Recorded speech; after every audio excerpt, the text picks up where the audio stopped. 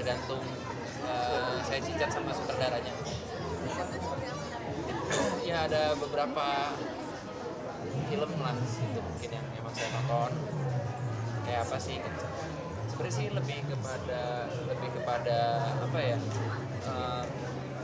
Slay-nya itu sebenarnya lebih kepada balik lagi karakter sih, sebenarnya masih mencari jati diri aja sih, masih bingung aja gitu kan, karena emang kan di sini kan latar belakangnya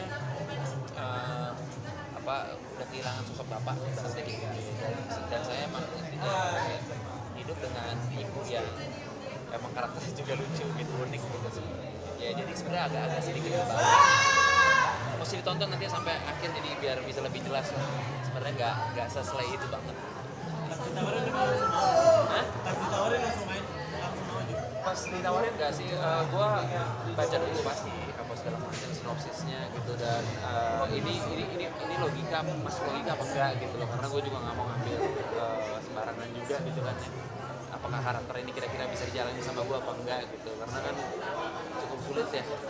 Udah gitu syutingnya juga cukup lama, 1,5 bulan gitu, dan kalau misalnya lo nggak siap mental kayaknya agak pusing juga sih untuk ngejalanin itu. Cuman kan ini kan di bawah fun sih. Setelah syuting masih kemana sih? Masih dong, lihat tuh. Banyak lah ya kayak begitu. Enggak. Apa? Cara mempersiapkan mental. Itu sih ya. Justru biasanya kalau gue syuting lagi normal nih ya, ibaratnya kayak emang karakternya normal gitu. Tapi kalau misalnya udah lewat dari jam 10 malam tiba-tiba gue berubah gitu ya. Nah tapi kalau misalnya ini sekarang nih gue lagi ngejalanin itu, tiba-tiba kalau misalnya udah lewat dari jam 11 malam gue tiba-tiba balik lagi jadi normal. Tapi kalau di set emang udah dibiasain kayak gitu atau gimana? Enggak sih, setiap gue masuk set aja sih. Profesional aja, on karakter. Kalau misalnya emang baru masuk set ya balik. Dan karena kita ada proses reading juga lagi di set gitu kan sama teman-teman lain. Gak terus-terusan kayak gitu, capek juga. Adegan yang paling sulit apa sih di sepanjang ini? Part gue sebenarnya lumayan cukup banyak ya, karena emang cukup complicated juga, semuanya ada berhubungan lah.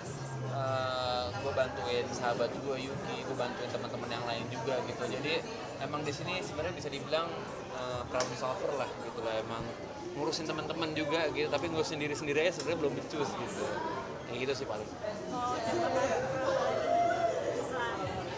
Karakter apa lagi? Belum tahu sih, nanti kedepannya kalau ada yang nawarin, belum tahu. Tapi ada adegan yang harus di-retake berkali-kali nggak sih?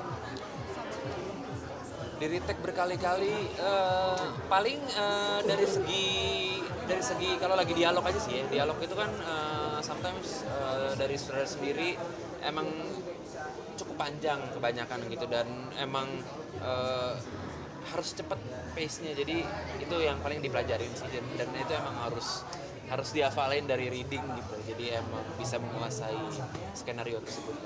Ini karakter untuk yang terakhir apa nanti akan mencoba lagi karakter yang seperti ini?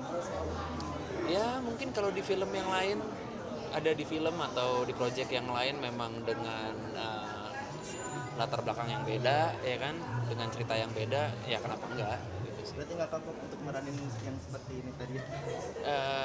Gue sih enggak sih, gue aman sih ya. Tapi belajar sih sebenarnya malah. Tante Dewi juga nggak sih yang jadi? Untuk bahasanya. Beberapa bahasanya gue ambil. Kalau misalnya gue gitu semua, jadinya jatuhnya karakternya beda lagi sih. Dia ada beberapa. Ini nggak sih dengan cibiran netizen atau komen-komennya netizen dengan ambil pesan ini?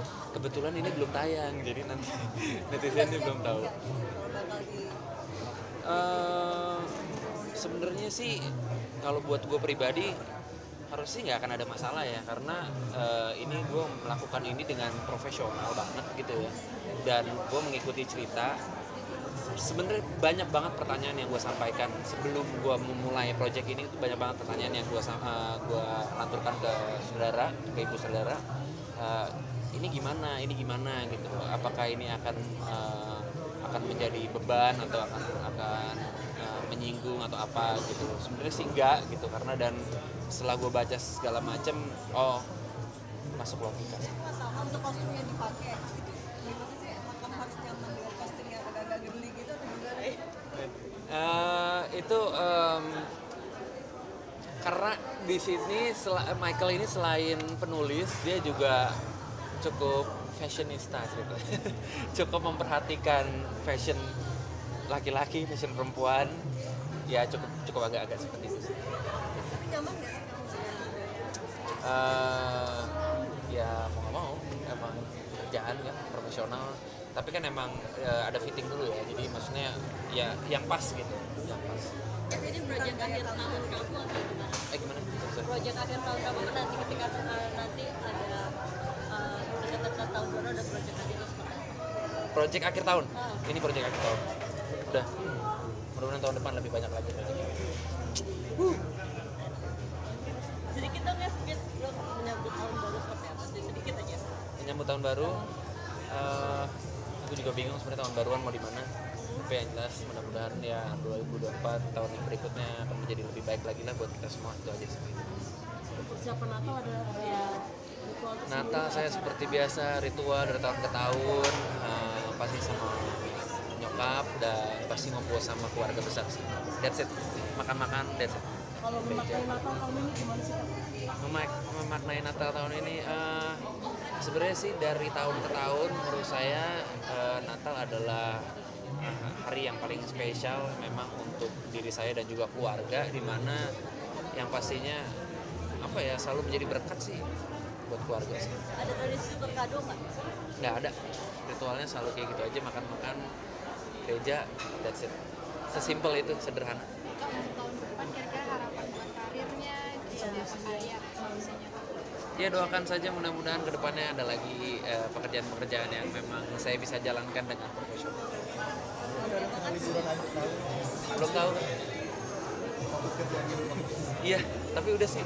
Kayaknya nggak tahu deh, ntar lihat aja kayak gimana. Kita di sini liburan loh, Mas. Kemana? Iya, liburannya belum tahu kemana.